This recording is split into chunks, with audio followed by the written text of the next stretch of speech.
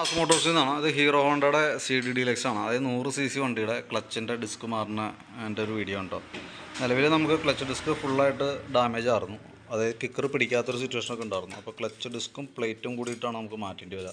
Clutch disk എന്ന് പറയുമ്പോൾ ഈ ഐറ്റം പ്ലേറ്റ് ഇത് രണ്ടും രണ്ട് ടൈപ്പ് ഇതാണ് വന്നത് കേട്ടോ. മെറ്റൽ പ്ലേറ്റും ക്ലച്ച് ഡിസ്ക്കുമാണ് വന്നത്.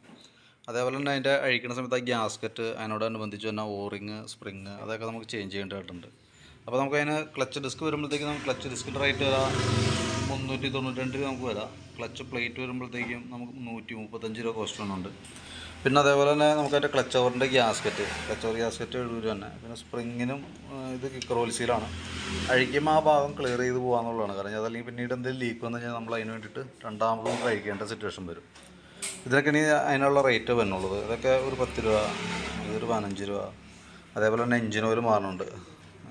ഹീറോൻ്റെ ജെനുവിൻ ഓയിലുണ്ടോ 380 രൂപ തന്നെ.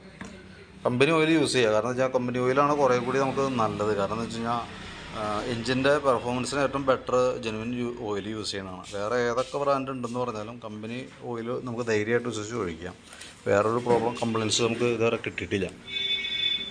അപ്പോൾ ഇത്രയും കേസാണ് നമുക്ക് ക്ലച്ച് ഡിസ്കുമായി ബന്ധപ്പെട്ട് ചെയ്യേണ്ടി വരാം. ഇത് 100 cc മോഡൽ എല്ലാ വണ്ടിക്കും പറ്റും ഹീറോൻ്റെ. അതായത് CD deluxe, HF deluxe, CD Dawn തുടങ്ങിയിട്ട് സ്പ്ലെൻഡർ, പാഷൻ പ്രോ ഇതിനെല്ലാത്തിനും സൂട്ടബിളാണ്. സെയിം കിറ്റാണ് നമുക്ക് അതിന് ആവശ്യം വരാം. അപ്പോൾ അതിൻ്റെ ഡീറ്റെയിൽസ് ഞാൻ ഒന്ന് അപ്ഡേറ്റ് ചെയ്തെന്നുള്ളൂ. ഓക്കെ.